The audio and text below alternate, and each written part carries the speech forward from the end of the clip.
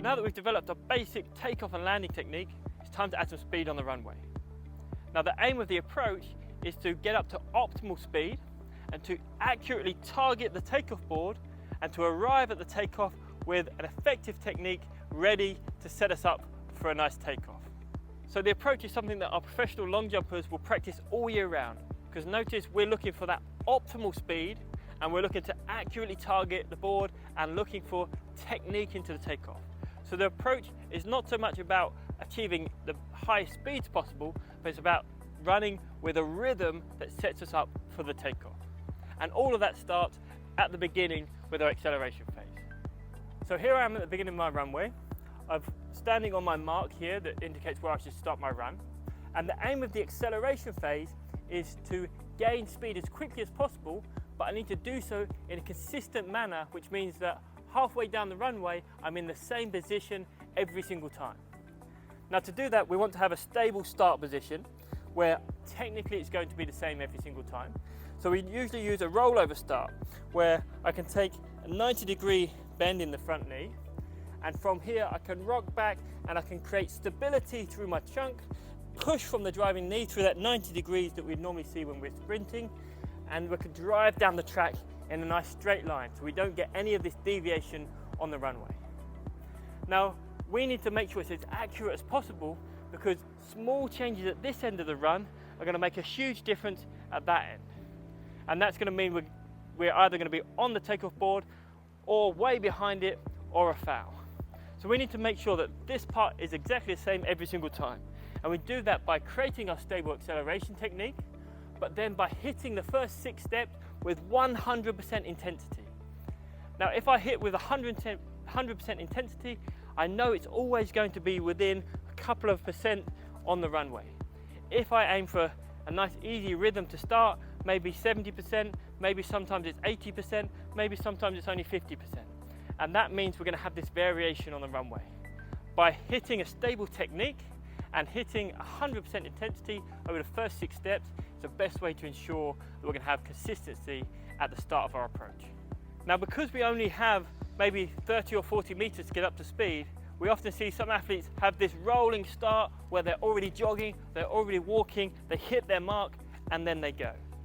Now this can help with some of the more senior athletes to gain momentum in the acceleration, but what we should always be doing is hitting that mark with consistent speed and hitting consistent and effective acceleration mechanics with stability.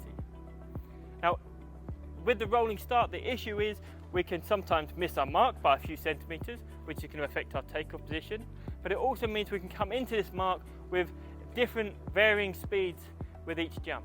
And that means we're having to make adjustments down the runway later. So for our younger athletes, it's usually better to start from a standing position where we know the speed into our mark is 0 and we can create stability in our acceleration.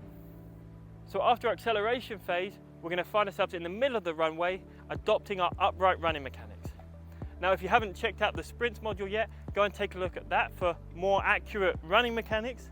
But what we're looking to do is have everything always in front of the body, which sets us up for a nice tidy takeoff.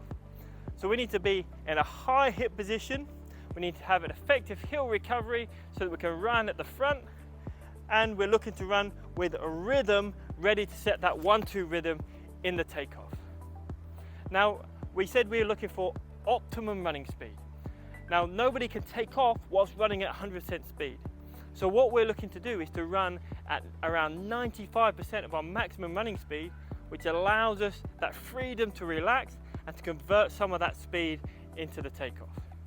Now the amount of velocity and the speed we can take on the runway is going to be determined by the capabilities and the technical abilities of our athletes. Our stronger athletes are going to be able to use their elastic potential, use their stronger muscles to stabilize the takeoff, and therefore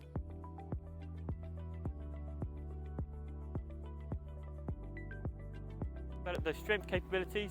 We're going to want to use shorter run-ups that's going to limit the speed on the runway and allow them to hit their technical takeoff.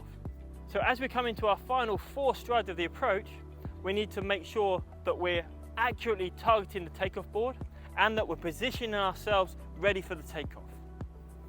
So we're going to start by accurately targeting the board by performing steering all the way back here 4 to 6 strides out.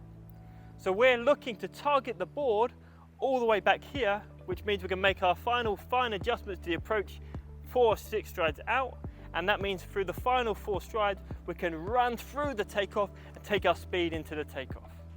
So we know that we want to take as much speed as possible through the takeoff, and that's why lots of people get taught that we need to increase our speed through the last 4 steps.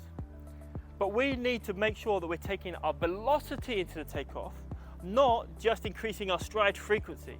Often when we say to our athletes we need to increase our speed into the takeoff, they shorten their stride to increase their stride frequency, and that causes them to shorten their stride, lower their center of mass, and they'll find that their feet start to get behind them before the takeoff.